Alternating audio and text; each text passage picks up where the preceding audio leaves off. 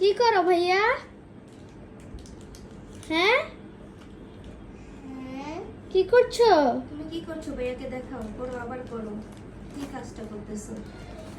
এখন রুহানি পুরো রুমটা রাউন্ড দিয়েছে, এখনো লাইক কাজ করতেছে, সবগুলো বের করতেছে। আর আম্মুর যে পদ্ধতি, লাইক এটার জন্য রুহানির অনেক ভালো হয়।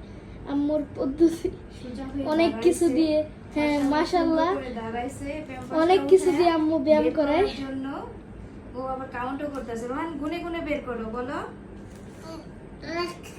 হ্যাঁ রাখো এখানে, হ্যাঁ নিচে রাখো, পরে বলো। হ্যাঁ একের পরে দুই। প্রথম ইংরেজিতে কাউন্ট করছে, এখন আবার বাংলা বলতেছে। রাখো রাখো। ওর দাঁড়ানোটা দেখছো? সোজা হতে হবে কিন্তু, প্যাম্পাস নিয়ে একদম সোজা হয়ে যাবে। ওকে ওকে, কয়টা বের করছো?